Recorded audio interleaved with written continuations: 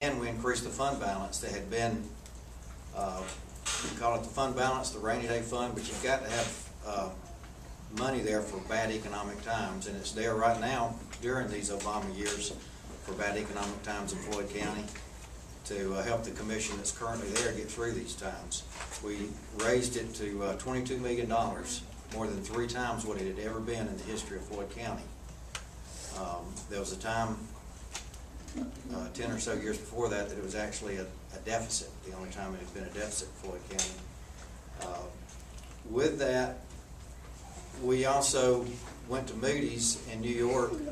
I went there to negotiate with them, with our finance director, because I was the finance chairman of the county commission. It's right next to Ground Zero, if any of you have been up there.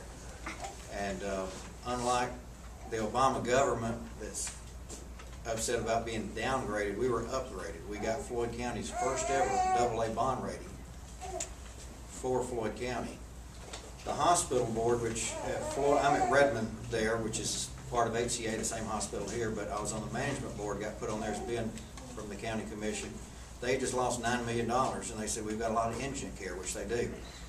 We need $1 million to help us out.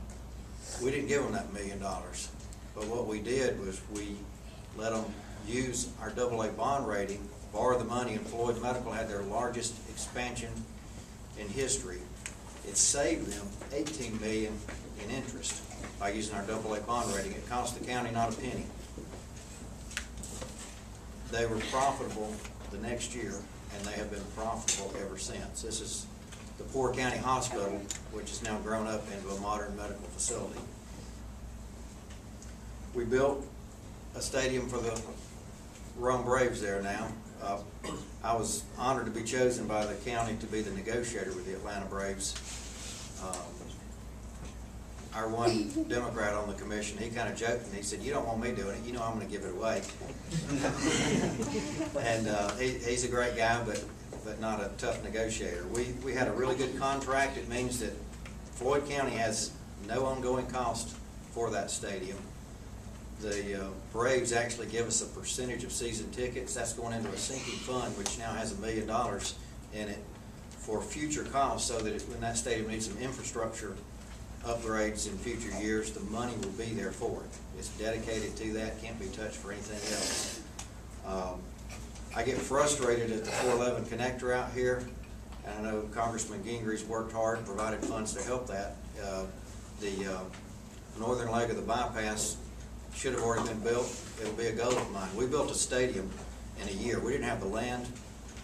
We had some environmental issues. We built it, and we even signed on with the Braves that we'd pay a $5,000 a day penalty if we didn't get it built. We had some monsoon rains. They were working 12-hour days and half days on Sunday, but the stadium was built on time and under budget and was completely paid for. Unlike Gwinnett County, I think it's going to be 30 years of paying for their stadium.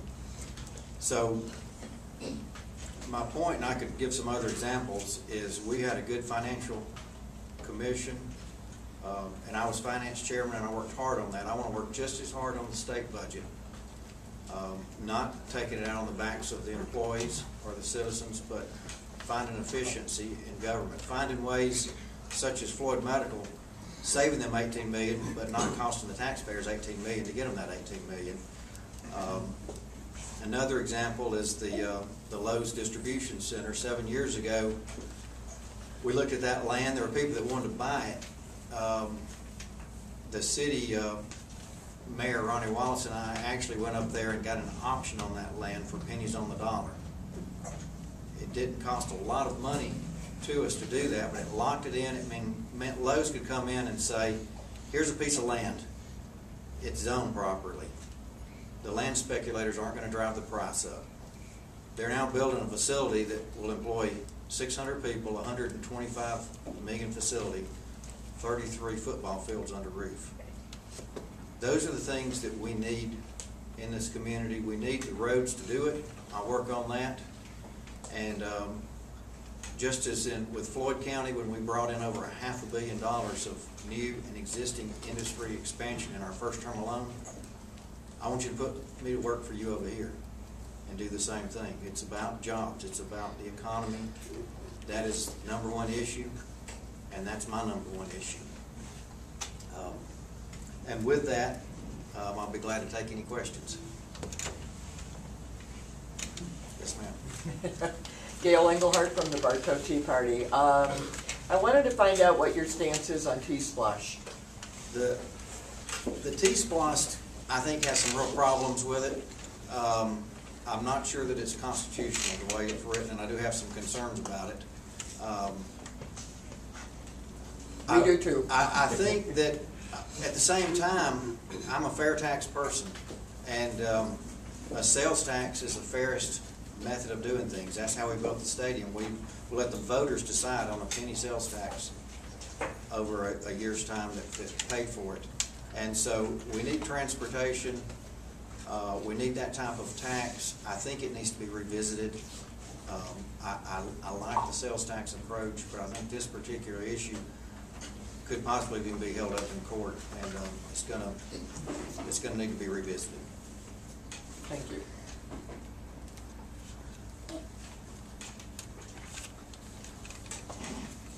Any other questions? I am getting off lunch.